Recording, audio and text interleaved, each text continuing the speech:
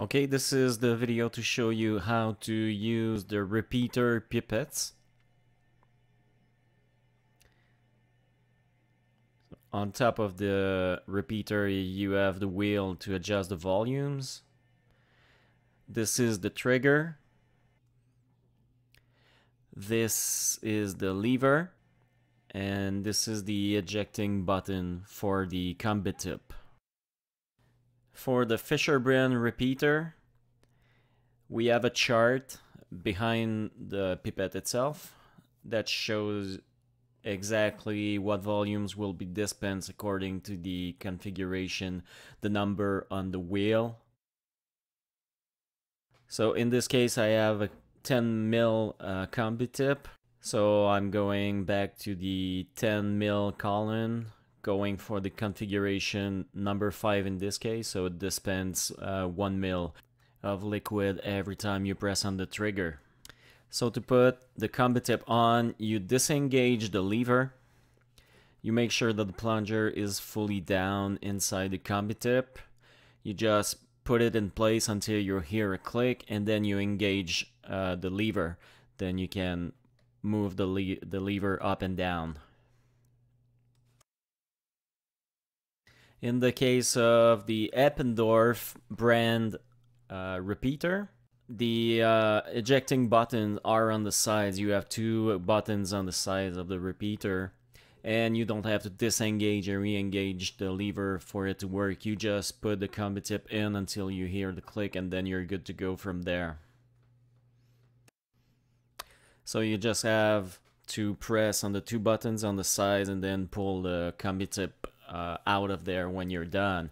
Compared to that one, which is the Fisher brand, you have to disengage the lever first, and then you can eject the combi tip.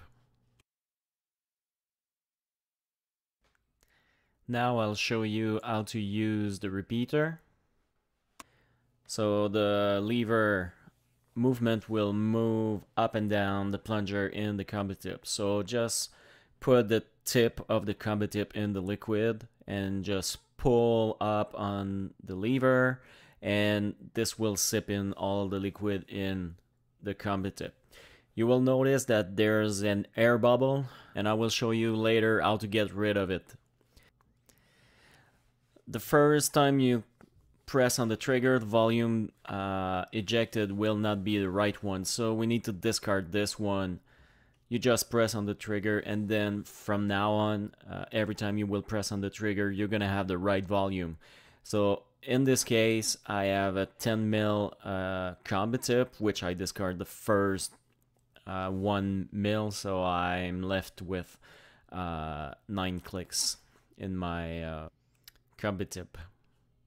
For the ammonia measurement, we need to rinse the combi tip with milky water. To do that, you just sip in a little bit of water and the rest maybe air.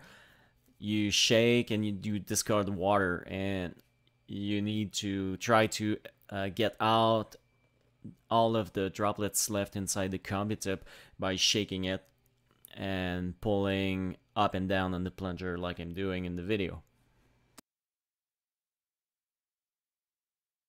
Now I will show you how to get rid of the air bubble that you get when you sip in the liquid in the combi tip. Now our combi tip is clean. We can sip in some of the liquid and just expel the liquid back in the container, and some liquid will stay in the tip of the combi tip, and that's enough to get rid of the air bubble. And like I said earlier, the first time you click on the trigger, the volume is not right, so you need to discard it, and then you're left with 9 clicks in this case. Once you've expelled all of your liquid, you can go back in the bottle, fill the combi tip up again, and continue your work. When you're done working with the repeater, you can expel all of the water by pushing down on the lever. Just expel all the chemical back in the original bottle if you think it is still clean, uncontaminated.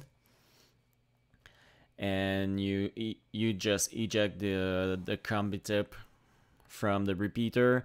You rinse it with Milky water inside and outside, and you can store it away.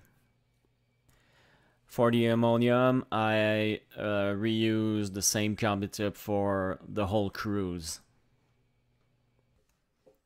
And one last thing, the Eppendorf brand repeater that we use for the ammonium on the ship has a different wheel configuration than the Fisher brand one. For a volume of 1.2 milliliter, I believe we set the wheel to number 6. There are no charts on the pipette itself, but there's a chart with the box for every size of combi tip that we have. But we normally just use 10 milliliter, and I'm pretty sure that the number 6 is the right one. So for 1.2 milliliter